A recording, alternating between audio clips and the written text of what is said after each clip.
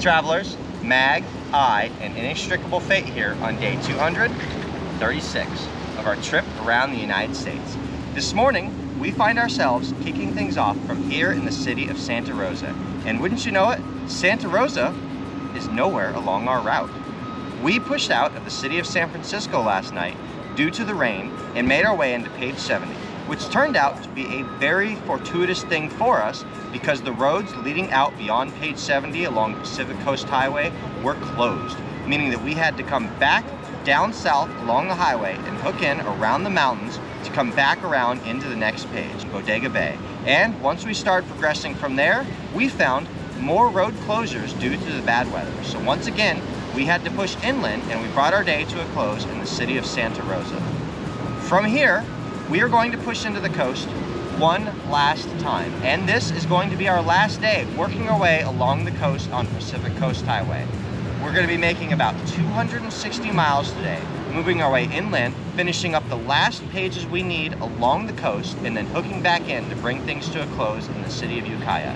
Now, even with the road closures and weather delays, I believe that we are still a little bit ahead of schedule. So with some luck, we'll be able to push on beyond the end of today's route and bring things to a close in Yuba City.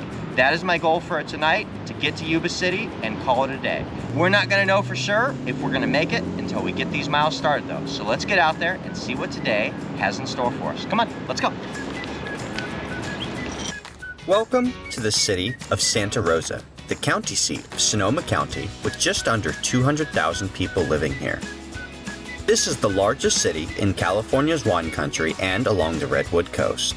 Although we had not originally planned to visit the city, that's not to say that we weren't going to capitalize on the opportunity of being here to check out the larger-than-life-size peanut statues scattered around town.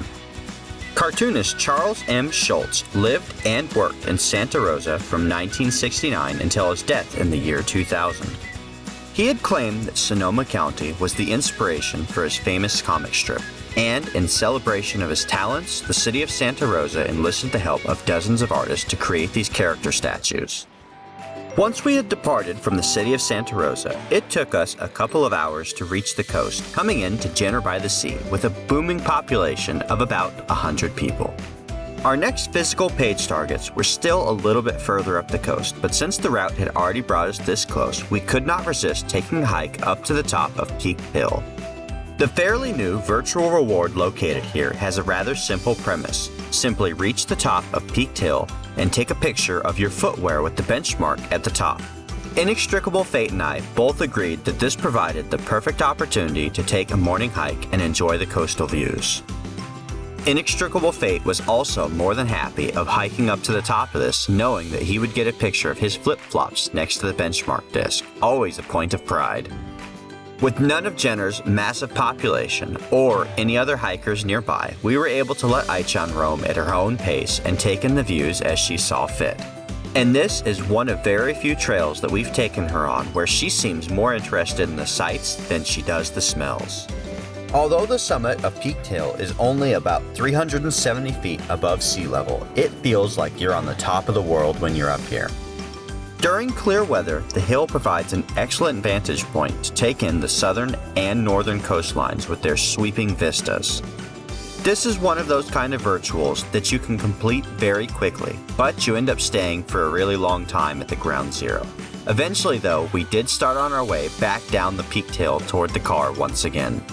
Just as it had during the climb up, the landscape continued to deliver amazing views for us to take in. With as much driving as we have along the coast and through the mountains today, it is definitely good to get Aichan out here for some exercise on this virtual. And, even better, we were able to find a physical geocache while we were at it. Any opportunity to add our name to a logbook is always appreciated. Departing Jenner, we made our way past Penny Island, following the Russian River until it dropped off into the Pacific Ocean, continuing our way north along the Pacific Coast Highway. Each twist and turn along the road seemed to offer a new viewpoint and perspective. Inextricable Fate, my good friend, would you do the honors and let us know if this phone is actually in operation? And the survey says...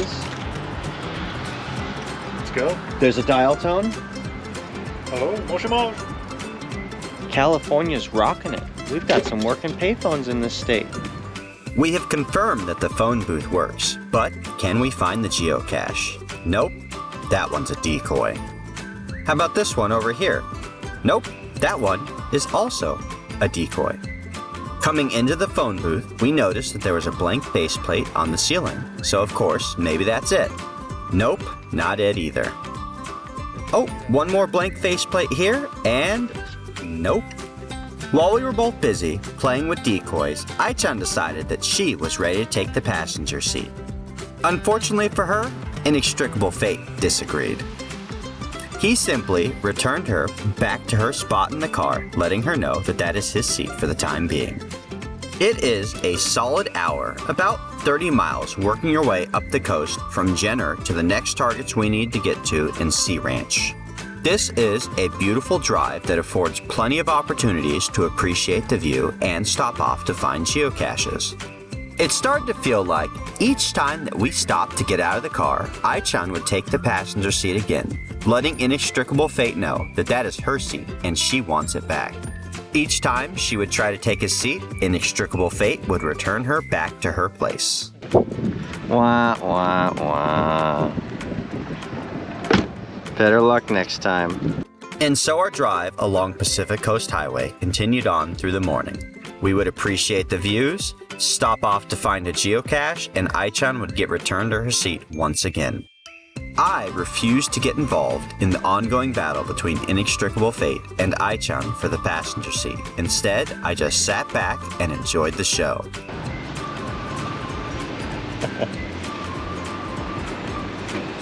He caught you again, huh, Ai-chan? Better luck next time. But there really was no better luck. Each time Ai-chan tried to plant a flag in the passenger seat, she was returned to the back over and over again. Eventually, she gave up the contest of wills and instead joined Fate and I in enjoying our views of the coast. And that is it.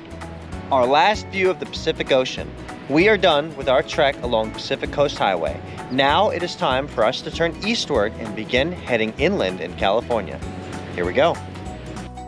With all of our coastal page targets now complete, it's time to begin our trek inland across the mountains toward Boonville and onward to Yuba City and beyond.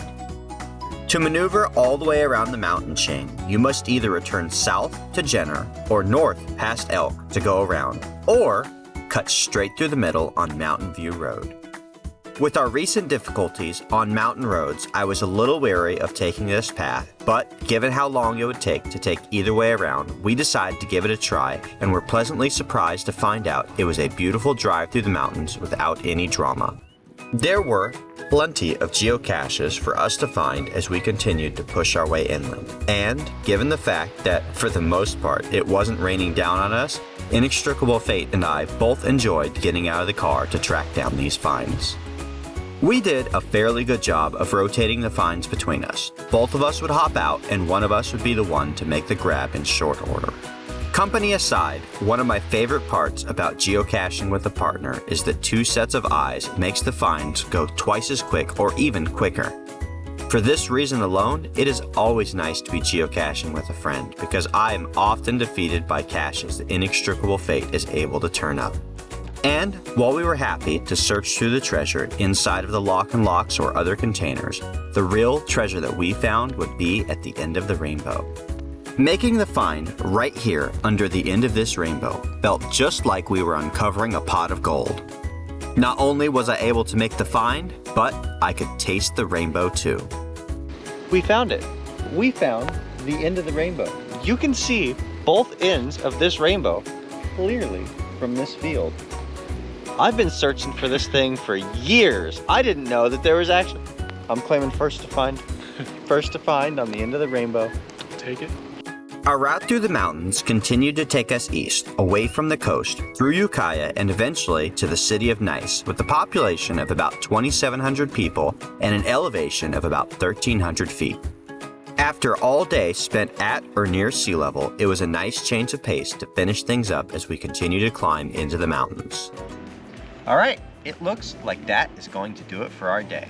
We began in Santa Rosa, much further inland than we had intended, but we were forced there by the weather and the road closures. And it turns out that it all worked out just fine for our day. Although we did see little pockets of rain today, for the most part it was fairly dry and just wet underfoot, which is the way I like it because we were actually able to keep dry clothing today. Once we got started off on our morning, it took us about 2 hours to get all the way inland from Santa Rosa to our first targets in Jenner. From there, we made our way up Pacific Coast Highway for the majority of the day. We had the Pacific Ocean out on the west side of us pretty much all day long, and it was a beautiful drive-through. We found a few targets, making our way through Boonville and eventually through Ukiah. Now we find ourselves right outside of Nice, and this is where the sun is setting on us. The timing is just right that we'll be able to make it to Yuba City by the end of the night and be staged and ready to go there in the morning. Great day of geocaching, great views along the coast, great views on the mountain drives. Not a bad way to finish the day, and a nice day of geocaching all around. Thank you guys for joining us. Like this video, subscribe to stay tuned for daily updates, and we'll see you out on the trails.